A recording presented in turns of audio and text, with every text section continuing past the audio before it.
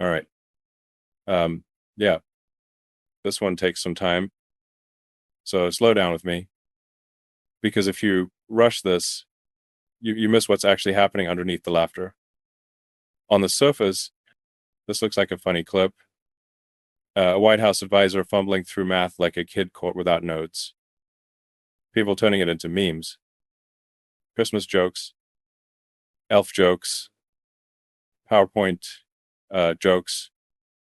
But if you step back and really trace the mechanics, what you're watching isn't comedy. It's institutional failure playing out live on camera in real time. And that's what makes it dangerous. Kevin Hassett isn't just some random guy who wandered onto a cable news set. He's introduced as the chair of the National Economic Council. That title matters. Or at least it used to. The National Economic Council exists to coordinate economic policy, align data across agencies, and advise the president using real numbers, real models, real constraints. It's supposed to be boring, dry, grounded. If it's doing its job, you shouldn't even notice it. Instead, here we are. Because some of them were just mathematically impossible. You cut something by 100%, the cost goes down to zero. If you cut it by 4, 5, or 600%, the drug companies are actually paying you to take their product. So it raises the question, how much of last night's speech was hyperbole and how much was fact? No, what he's saying is you bring it, if a drug was $100 and you bring the drug down to $13, right? If you're looking at it from $13, it's down seven times. It's not a 600%. Well, but it's 700% higher price before. It's down 700% now, right? So a $13 would have to go up 700% to get back to the old one. So it all depends on when you look at it. You could say it's down 87%, or you could say it would have to go up 700% to be the same one. So it just depends on what you look at it. Not politically, mathematically, and math is unforgiving. You don't get to negotiate with it. You don't get to spin it. You don't get to say, well, from another angle, oh, yeah, so a 100% reduction means zero. That's it. There's no further movement available in that direction. So when Trump said what he said, it wasn't exaggeration. It wasn't hyperbole. It wasn't even a misunderstanding. It was fabrication. And the real story begins after the lie is told. Because lies at that level don't survive on their own. They need infrastructure. That's where people like Hassett come in. His job in that moment wasn't to explain policy. Why the need to constantly sort of exaggerate? Gas prices are $3, they're not $2.50. You know, the idea of suggesting that I think a lot of the impact of inflation. Yes, some progress made, but not as much as he says. Why not just present American people and say, hey, look, these are the facts. I can understand how you feel. Why the need to exaggerate? You know, I'd have to go back and look at the specific language, but I hate coming back with questions for you guys, but the president, in order to make sure that everybody understood the facts and the facts were documented, spent a lot of time with our team, preparing slides that showed the data for what he was talking about in the speech. And in some networks, while he was speaking, they showed the slides, and in some networks they didn't. And I just thought that was kind of unusual. I was expecting, when I was flipping around, to just see the slides everywhere. Gosh, we spent so much more time on them. But I think that the president had documentation for the facts that he was saying. They were in the slides. Public reporting from Reuters, the Associated Press, and health policy analysts shows that insulin price caps came later, driven by congressional action, state-level regulation, and sustained public pressure. Drug companies resisted. The administration sided with them more often than not.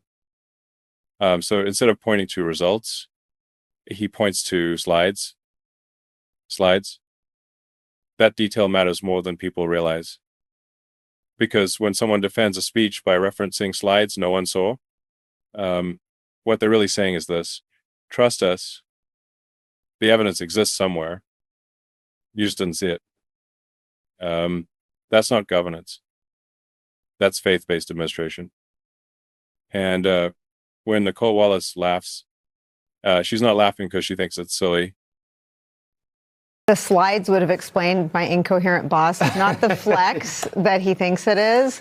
And in 6 years, nobody ever ran the fact sheet for any speech that any politician I ever worked for ever gave. What? He lies, but you got to read the fact sheet? I'm not sure what the nation was missing last night was a PowerPoint. That wouldn't have made things any better. Look, you can't tell people how to feel. As I mentioned, people feel anxious. I think we're in a generational moment of economic anxiety that requires solutions. And here's the real problem. We can argue over where real growth is, where wages are, where employment is. The fact is people are screaming for change and for solutions, and Donald Trump doesn't have solutions that can fit. Look, you and I took a similar journey through the Republican Party when we at least understood there was some role for government. That was the less government era. After an era of no government and government's the enemy, here's the problem for Republicans. I am more convinced than ever, two values. The economy should work for everybody, absolutely everybody. That doesn't mean we condemn success, but we got to fight to make sure the economy works for everyone. The second is that government can be used to improve people's lives. Access to health care, access to public education, investments in public education, clean air, clean water, access to housing, affordable rents, and so forth. Those are functions of a government. But this Republican Party and Donald Trump are the party of Doge, and they're attacking it. And so where does that lead us now? Look, I'm looking way past Washington on this healthcare crisis right now. I don't trust Washington is going to work it out. And even if they do, simply extending the subsidies is not going to allow healthcare for millions of Floridians. They indicate a system that no longer prioritizes truth, but survival. And survival mode governance is corrosive because once leaders stop believing truth matters, institutions lose their anchor. Economic policy becomes storytelling. Regulation becomes theater. Data becomes optional. And people feel that instability instinctively. That's why the panel pivots to something deeper. They talk about generational anxiety, about the idea that the economy should work for everyone, about government as a tool, not an enemy. These aren't partisan talking points. They're acknowledgments of reality. Every advanced economy uses government to correct market failures. Healthcare, education, infrastructure, environmental protection. The question isn't whether government exists, it's whether it functions. And what Trump's approach reveals is not a philosophy of small government, but a hostility toward competence itself.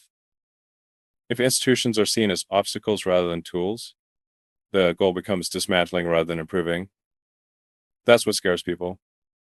Because dismantling is easy, building is hard. And once dismantled, the systems don't snap back. Healthcare doesn't magically reappear. Trust doesn't regenerate overnight. Economic stability doesn't return because someone says it will. The only question is how much damage happens before the correction arrives. So, yeah, laugh if you need to. Laughter is human. It's relief. But don't mistake laughter for harmlessness. What you're watching is a system revealing its weaknesses. And once you see that, you can't unsee it. If you care about competence, about truth, about systems that actually work instead of perform, pay attention.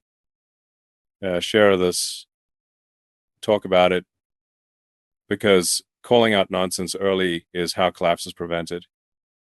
And ignoring it is how it accelerates. Would you like me to adjust any of the other timing tags or format this for a specific teleprompter style?